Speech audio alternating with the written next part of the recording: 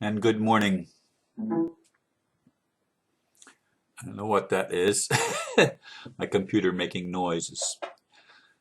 Anyway, today's title is 10th Wave. Make a difference or escape? Some people I know want nothing more than to get the hell out of here. I used to be one of them. I was raised with the escape mentality, and it still exists, even in metaphysical spiritual circles where people have freed themselves from much religious dogma. To these I ask, don't you want to make a difference? How does escaping accomplish that?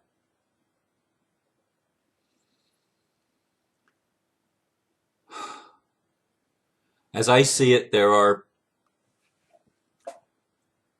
two kinds of people in the world that tend to polarize and play the opposite roles from each other. One side of spiritual, I'm talking about spiritual people now, people that at least identify themselves as being on a spiritual path. Some of them refuse to look at anything negative. They refuse to acknowledge it. They refuse to see it. They do their very best to bury their head in the sand and hide their eyes from anything that's perceived as negative. They're masters of denial.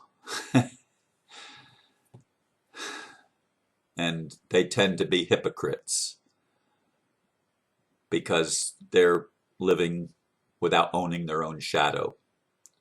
Anybody that doesn't own their own shadow cannot be an authentic, genuine person. It's just impossible from my perspective. And then there are people that are on a spiritual path, but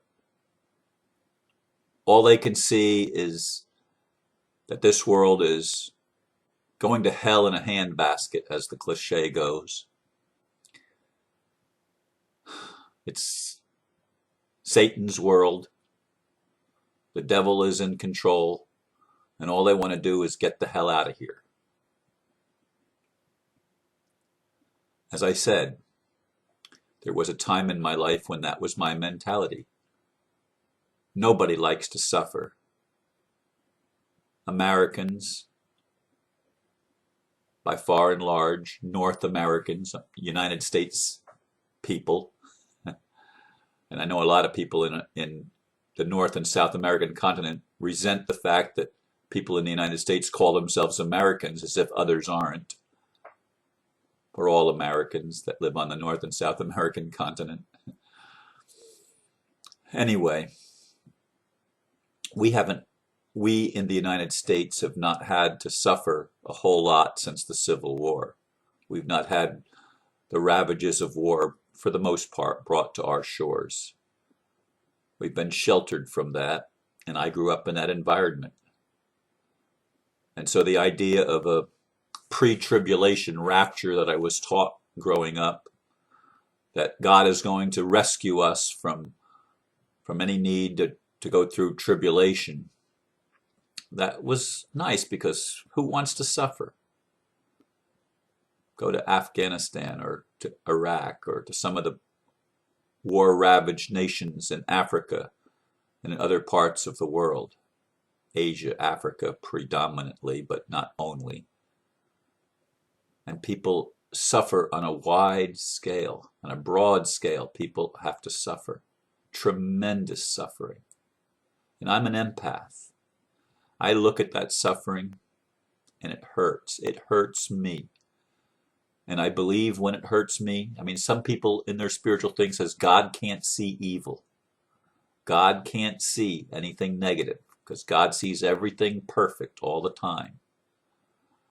I don't have that God.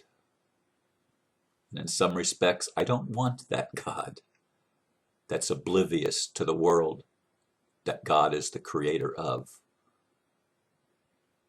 I like John 3:16. For God so loved the world that he gave his son, His only begotten Son, it says. It's not so much a matter of believing, because believing is an abstract concept. People that believe, that only believe, are always in doubt, trying to convince others that they are right so that they can get support in their beliefs. I've been there, still am in some respects. Some things that I just believe, but there are some things that I feel I know. And I clarify it with the word feel that I know, because sometimes I don't know that I know. I have moments when doubt is bigger than my faith. I have moments when I too want to yell, "Stop the world, I want to get off." I know the feeling. I know the frustration. But I've come to the place in my life where I can take the globe in my hands in the meditation room with tears in my eyes and say, "But God, why can't we make a world that works for everybody? I'm willing to do my part. I'm willing to play whatever role is necessary. But I want a world that works. I want to make a difference. I want to impact people's lives and give hope, because so many are hopeless, and I've been hopeless, and I know what it feels like. I know what that feels like. I don't know what it feels like to see death all around me except on the TV screen or on the computer monitor. And I don't watch TV, so if I watch it, it's a movie because I put a movie in. But anyway, I do see it on the internet because that is my TV. And it breaks my heart to see people having to suffer.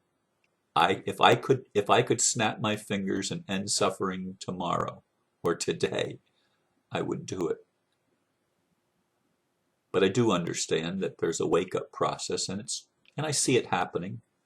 But I still see a lot of people, even in the spiritual community, that see it all as a mind control gimmick of the elite to continue the perpetual slavery of enslaving humanity, keeping humanity ignorant.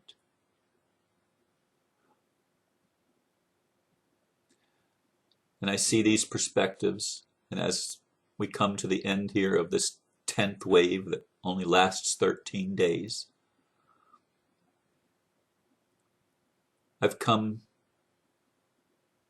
to a feeling that, well, maybe the changes are not going to be visible as fast as I'd like. I know tomorrow is the collapsing of time, and that's probably the title that I'll give tomorrow. I'm not sure yet. It's the one that's in my head to give for tomorrow's talk. But I thought sincerely that by now some of the leaders,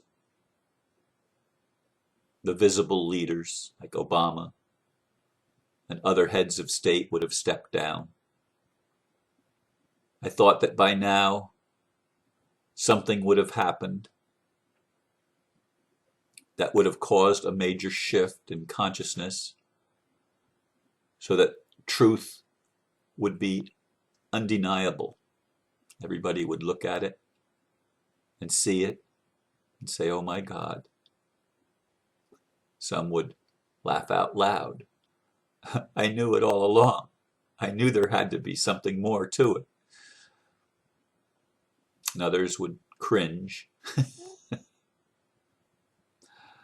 because I don't think anybody on this planet likes what's going on the planet. They'd have to be sick to like it.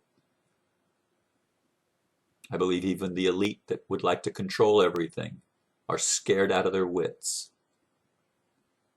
I believe that. because I believe that things are happening behind the scenes that most people don't know about, that I don't even know for sure about. I feel them, but I don't know them. And I don't know how to explain that. I just have the sense that there are positive changes happening behind the scenes, that there is pressure being applied to the elite establishment to stop it, to cut it out.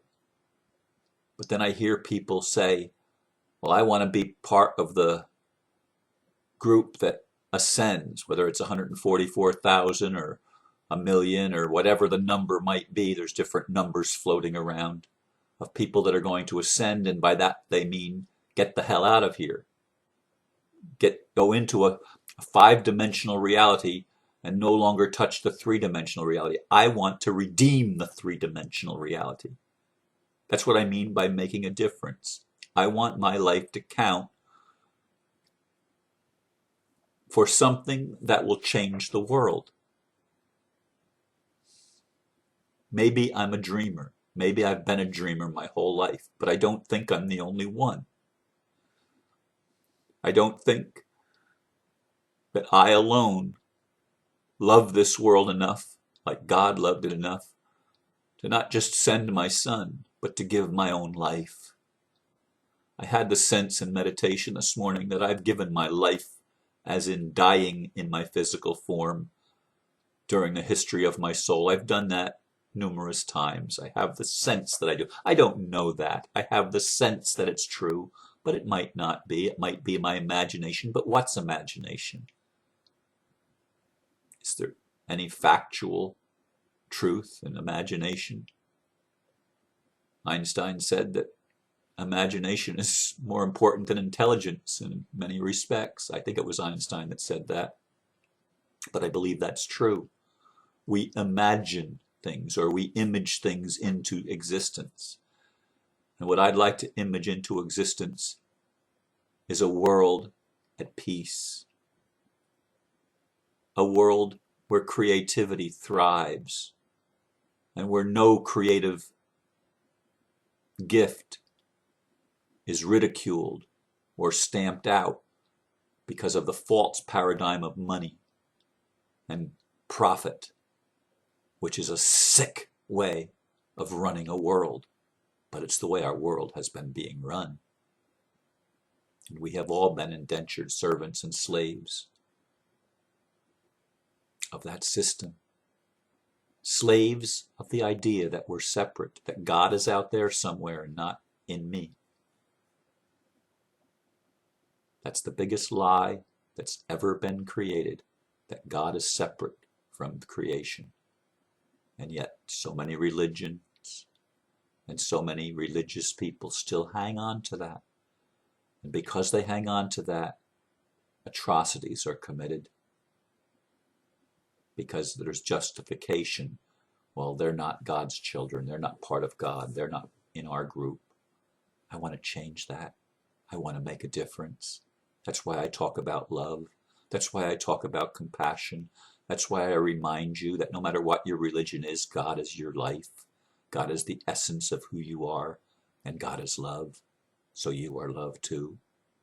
God is a creator, so you are a creator too. That's the message I've been trying to give this entire year of 2011. And now on this final day in the 10th wave, I didn't even know there was a 10th wave at the beginning of the year. I never even conceived of anything beyond the 28th of October, except a better world. Well, the world hasn't gotten that much better visibly. Most people still sleep. There hasn't been the catalytic event that starts the dominoes falling fast that I predicted, that I still envision. I don't know what it's going to take. Is it going to take another year? Is it going to go to 2012, to December 21st, 2012? What's going to happen beyond that? Are we going to wake up?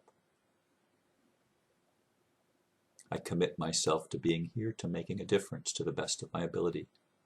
I don't know if the daily videos will continue as daily videos. I'm sure there will be videos continuing. but maybe not every day. I don't know that yet, and it'll be on a day-to-day basis. But I want to encourage each of you that watch me and share what I share with you with your friends.